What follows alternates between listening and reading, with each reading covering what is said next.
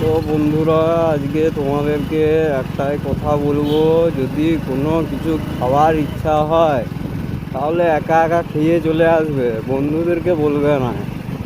এটা না বলার কারণ আছে, আজকে সকাল থেকে খিদে পেয়েছিল। আমি ভাবলাম তাহলে আজকে পরোটা খেয়ে আসি।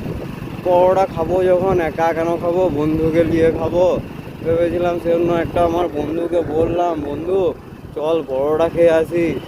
বন্ধু বললো এই কি, কোথায় যাবি বল?" বললাম, চল আগের দিন যেখানে খেয়েছিলাম ওখানে খেয়ে আসি। আজকে ওখানে তো বালের পরোটা বানায়, ওখানে খেয়ে কি করবি? আমি বললাম ঠিক আছে, তাহলে বল কোথায় ভালো পরোটা বানায়। ও কোনো রিপ্লাই দিল না। তারপর আমি বললাম, তাহলে তুই খাবি তো বল, নয়তো আমি তাহলে বালের পরোটাটাই খেয়ে আসি, খিদে পেয়েছে।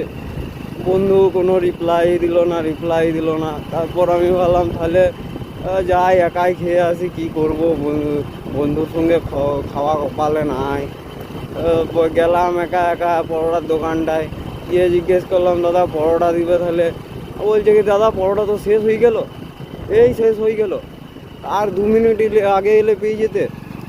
আমি কি বলবো বন্ধুরা, এবার আমি কপালে ওই বালের পরোটাও নাই আর ভালো পরোটা নাই, ঘর যাচ্ছি এবার খালি খালি পেটে, কি করব।